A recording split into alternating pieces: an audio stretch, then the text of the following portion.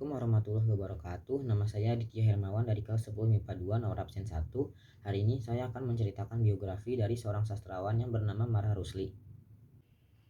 Marah Rusli dilahirkan di Padang pada tanggal 7 bulan Agustus tahun 1889. Ayahnya yang bernama Abu Bakar adalah seorang bangsawan dengan gelar Sultan Pangeran, sedangkan ibunya berasal dari Jawa dan keturunan Sentot Ali Basyah, salah seorang panglima perang pangeran di Ponorogo. Marah Rusli menikah dengan seorang gadis keturunan Sunda kelahiran Bogor pada tahun 1911. Mereka dikaruniai 3 orang anak yang diantaranya 2 laki-laki dan 1 perempuan. Marah Rusli bersekolah dasar di Padang yang menggunakan bahasa Belanda sebagai pengantar. Setelah lulus, ia melanjutkan ke sekolah raja di Bukit Tinggi dan lulus pada tahun 1910.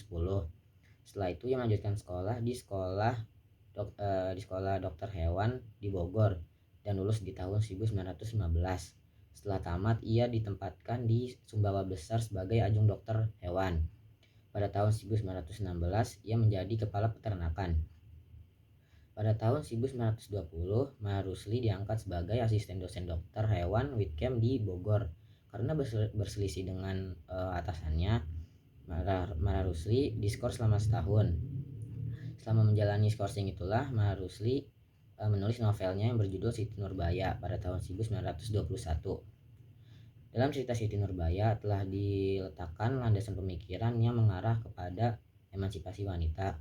Cerita tersebut membuat wanita mulai memikirkan akan hak-haknya, apakah ia harus menyerah karena tuntutan adat dan tekanan orang tua, ataukah ia harus mempertahankan apa yang diinginkannya.